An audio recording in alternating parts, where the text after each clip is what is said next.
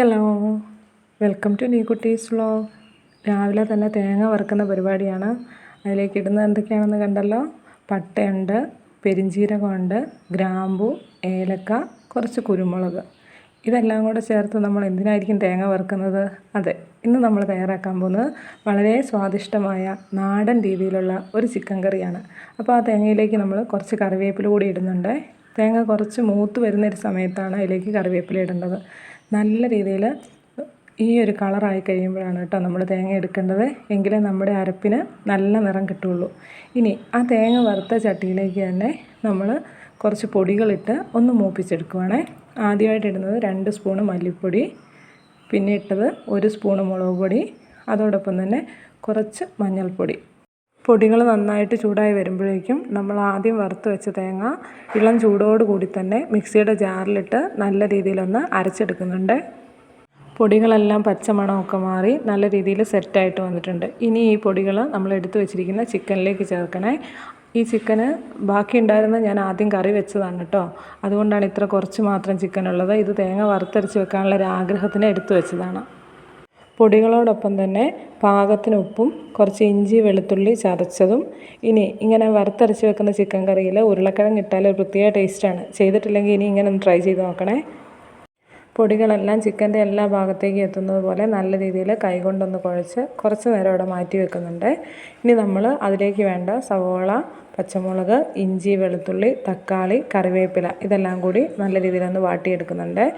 ഇതിലേക്ക് ഞാനിപ്പോൾ എടുത്തിരിക്കുന്നത് 2 വലിയ സവോളയാണ്, പിന്നെ 2 പച്ചമുളക്, കുറച്ച് ഇഞ്ചി വെളുത്തുള്ളി, ഇത്തിരി കറിവേപ്പില, ഒപ്പം തന്നെ 1 തക്കാളി.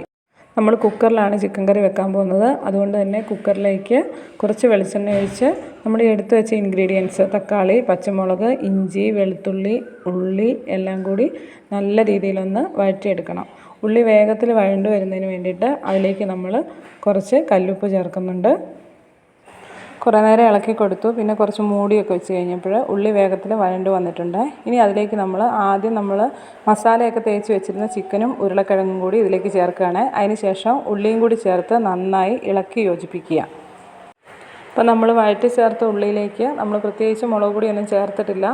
അതുകൊണ്ട് തന്നെ ആദ്യം ചേർത്ത മുളക് പൊടി നന്നായിട്ട് ആ ഉള്ളിയിലേക്കൂടെ കിട്ടുന്നത് പോലെ ഇളക്കി കൊടുക്കണം കേട്ടോ.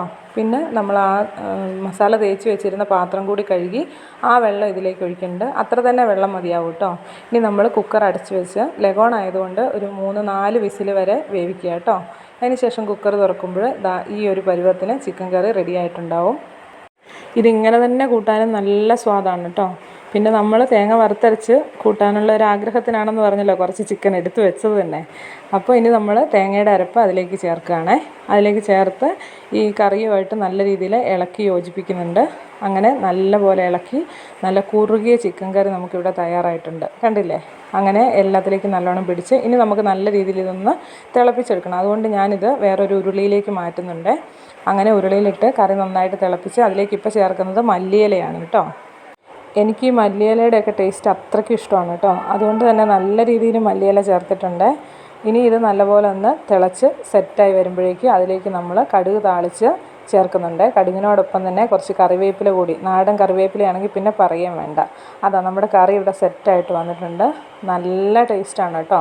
എല്ലാവരും ഈ രീതിയിലൊന്ന് ട്രൈ ചെയ്യണേ. വീഡിയോ ഇഷ്ടപ്പെട്ടാൽ ലൈക്ക് ചെയ്യാനും എൻ്റെ ചാനൽ സബ്സ്ക്രൈബ് ചെയ്യാനും മറക്കരുതേ.